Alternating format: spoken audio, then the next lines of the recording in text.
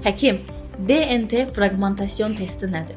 DNT fraqmentasyon testi spermanın genetik materialında qırılma və zədələnmə dərəcəsini ölçən xüsusi bir analizdir. Standart spermogramma nəyə göstərir? Hərəkətlilik, keyfiyyət, say və morfologiyanı göstərir. Bu test isə spermanın gen keyfiyyətini göstərir. Həkim, bəs DNT fraqmentasyon testini hansı hallarda istəyirik? 1. Spermogramma normal olarsa, amma hamiləlik alınmaz.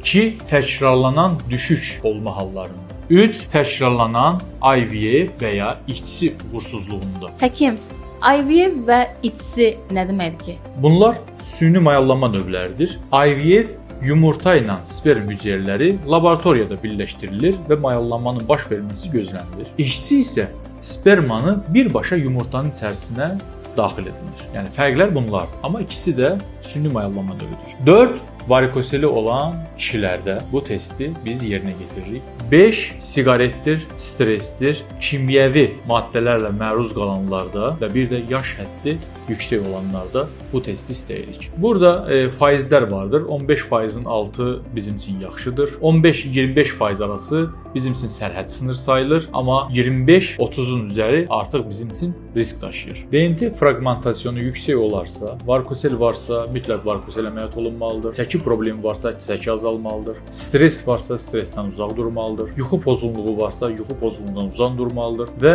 bir də mütləq həkimə müraciət etməlidir.